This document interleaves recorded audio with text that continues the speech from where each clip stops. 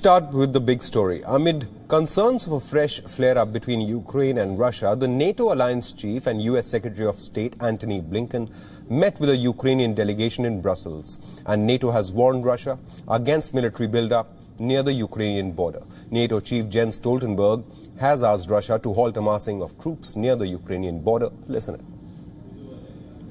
Allies fully support Ukraine's sovereignty and territorial integrity. And we call on Russia to de-escalate immediately, stop its pattern of aggressive provocations, and respect its international commitments. The remark comes as NATO held an emergency meeting of allied foreign and defense ministers where US Secretary of State Antony Blinken said that Washington firmly supports the sovereignty and territorial integrity of Ukraine. The United States stands firmly behind the sovereignty and territorial integrity of Ukraine, and I'm here to reaffirm that with the foreign minister today. And that's particularly important at a time when we're seeing, unfortunately, Russia take very provocative actions when it comes to Ukraine. We're now seeing the largest concentration of Russian forces on Ukraine's borders since 2014. And that is of deep concern not only to Ukraine, but to the United States and indeed to many of our allies and partners. US President Joe Biden and German Chancellor Angela Merkel have also agreed to call on Russia to reduce its troops. Germany has accused Russia of seeking provocation with its massive troop buildup. German Defense Minister told local media that his impression is that the Russian side is trying everything to provoke a reaction, adding that together with Ukraine, we won't be drawn into this game.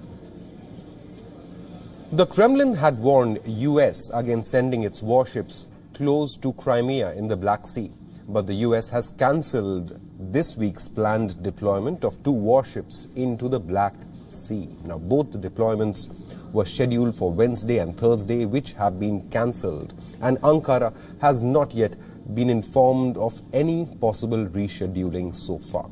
US Navy ships routinely operate in the region, however, in support of Ukraine. Is taking place not only along the border of Ukraine, but along the border of... Ukrainian foreign minister who held talks with Blinken said that Russia needed to be made aware that the price for the aggression against Ukraine will be too heavy for it to bear. Earlier, Ukraine said that Moscow refused to hold talks with Kiev.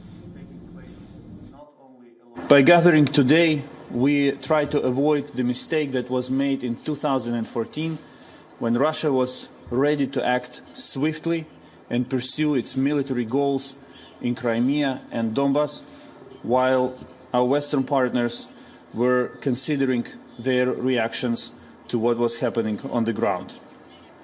Russia will not be able to catch anyone by surprise anymore. Ukraine has released a fresh video of military drills at the eastern border with Russia. It has hinted at possible Russian plans to store nuclear weapons in Crimea. This would signal a massive escalation in tensions, including raising the stakes to that of a possible nuclear attack. Joining us on this broadcast now is WION correspondent Stuart Smith, who's joining us live from Brussels. Stuart, we heard the German side say that Russia is seeking a provocation, and the Ukrainian defense minister says the same, and he's in fact gone ahead and given numbers of the Russian military buildup. He says that more than 110,000 Russian troops are now stationed along the Ukrainian border. He also says 56 battalion-sized tactical groups have been placed by Moscow. NATO also says that there is possible threat of nuclear weapons being stored in Crimea. So over the last 24 hours, we've seen a dramatic escalation in the rhetoric, isn't it? And accusations. It's dramatic escalation, definitely, but some interesting insights from the US Defense Secretary here in Brussels yesterday when asked by journalists what NATO was planning to do, what kind of steps could be taken, there was a very non-committal answer, and in effect only suggesting that the same measures that have already been taken to try and prop up Ukraine's defence might just simply be extended. Simply that the US has provided non-lethal materials to Ukraine, as well as some weapons and some trainers for the Ukrainian Navy, and the US would look to do the same again going forwards based on Ukraine's needs. So although tough words coming out from US Secretary of State and the US Defence Secretary here in Brussels, in terms of what they will actually commit to doing, not very much, and nothing coming out about exactly what firm steps will be taken. But as we're seeing with the withdrawal of those 2 warships, which had been planned to enter the Black Sea long before